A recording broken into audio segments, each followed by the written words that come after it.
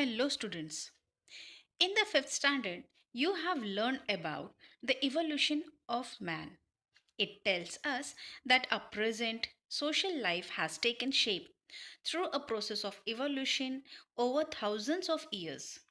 Man has moved from a nomadic stage to a settled social life. Slowly, man started living in colonies and societies. He started understanding his duties and rights while living together. All these rights and duties come under the topic civics, which we are going to start studying from standard 6th. Now, what is civics? Civics is study of rights and duties of citizens. So then, who are citizens? Citizenship is a two-way street. Two-way street means we two, you and government. You means O, the government loyalty. O means to feel that you should do something for somebody. Government. Government means what? Any organization that has the power to make and enforce laws and decisions for its members.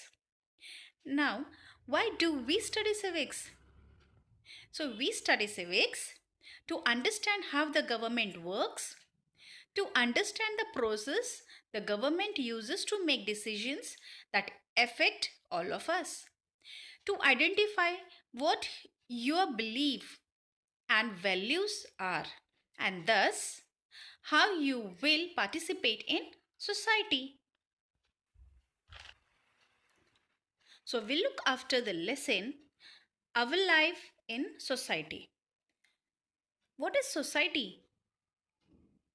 First question is, what is society? Society, a large group of people who shares laws, rights and resources. When people started living together, they came up with a lot of customs and lifestyles.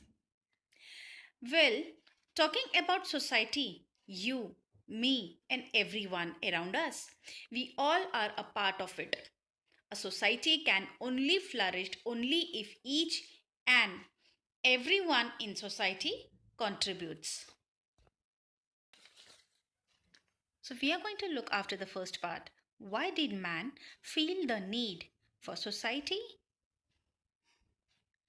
A stable and secure community life is necessary for the development of the individual as well as society. In the nomadic stage, man did not have this stability and security. Nomadic. Nomadic means anything that involves moving around a lot. In the nomadic stage, man did not have this stability. Stability means the state or quality of being steady and not changing. In the nomadic stage, man did not have this stability and security. When man realized that living in a group provides security, people came together to develop an organized way of life. This was one of the main motivations for the creation of society. Living in society, man felt the need for rules to help with the smooth functioning of day to day matters. It gave rise to conventions, traditions, ethics and values, rules and laws. Conventions. Conventions means a large meeting of the members of a profession, political party, etc. Man's life in society became more organized and stable. Second part of this lesson, the social nature of man. Man is social by nature. We all basically like to live with one another, in each other's company and with people around us. Living with people not only makes us happy, it is also our need. We have many needs: food, clothing, shelter. These are our physical needs. Once these are satisfied, man gets a sense of stability. But this is not enough. We also have some emotional and psychological needs. For example, to feel secure is an emotional need. When we are happy, we wish to share our happiness with others. Similarly, when we are sad, we wish to have somebody with us. We like the companionship of our family members, relatives, and friends. These feelings reflect our social nature. In textbook, page number 60, speak and write. You have got the first prize in a drawing competition. Will you keep it to yourself or show it to your friends? How do you expect them to respond? What were your feelings after the response? Felt very happy about the appreciation? Felt motivated to draw good picture? Write more about the feelings you experienced.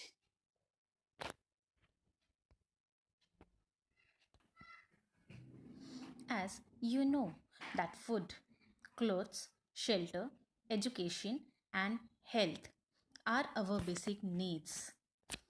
Due to the labor and skills of people in the society, a variety of articles are produced. Education and health related services and facilities allow us to live with dignity. Dignity means some serious behavior that makes other people respect you.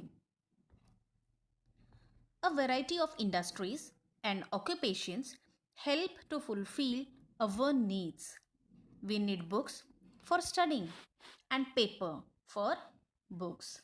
That is why occupations like manufacturing paper, printing, book binding, etc. also develop. Thus, the variety of occupations in the society helps us in fulfilling our needs. This also leads to the developments of our skills and capabilities. Our basic needs are fulfilled in society. We depend on each other for our emotional needs such as security, appreciation, praise, and support, etc. Thus, our life in society is interdependent. Try this at home. Make a list of all the different things we need every day. Who are the people who make these things and help to bring them to you? Find out the answers in relation to at least 5 things you use daily. Next, we look after the third part of this lesson, our development. Every person is born with some qualities and capabilities, but they are dormant.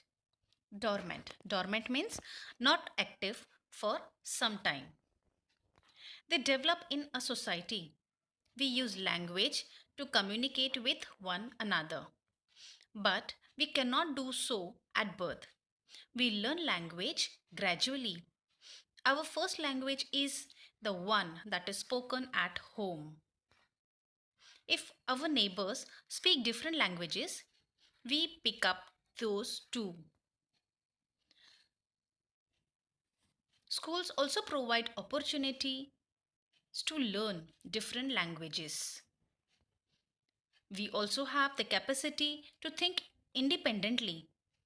For example, when all the students in a class are given the same topic for an essay, why is it that no two essays are the same? It is because the thought process in each is different. Society helps in the development of our emotional capabilities and the power to think. It also provides the opportunity for expressing our thoughts and feelings. The development of our artistic and other talents also takes place in society. Singer, musician, artist, scientist, adventures. Social workers can also all develop their qualities further because of the backing and encouragement of society. This encouragement is very, very important. Fourth part of this lesson is what is meant by society. Society includes all people, men, women, grown ups, old people, young children. Our families are a part of the society. Society also includes different groups, institutions, and organizations. The interrelationship and interactions between the people, the dependence on one another, and sharing also form a part of the society. Society is not simply a mob or crowd of people. A society is formed when people come together to achieve certain common objectives. In order to fulfill needs like food, clothing, shelter, and security, the society has to create a permanent system. Without such a system, the day to day affairs of the society cannot be carried on. A system is essential for the continued existence of the society. For example, agriculture is essential to fulfill the need for food. Various institutions must be created to perform all the functions related to agriculture. Therefore, a vast system needs to be created, which includes factories to manufacture tools and equipments used for farming, banks to provide loans to the farmers, a market for the goods produced, etc. The existence of many such systems makes a society stable.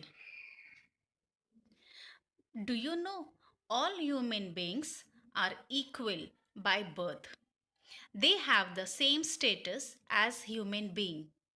According to the Constitution of India, all are equal before the law. The Constitution guarantees the equality of opportunities. We can each make progress using our education capabilities and skills.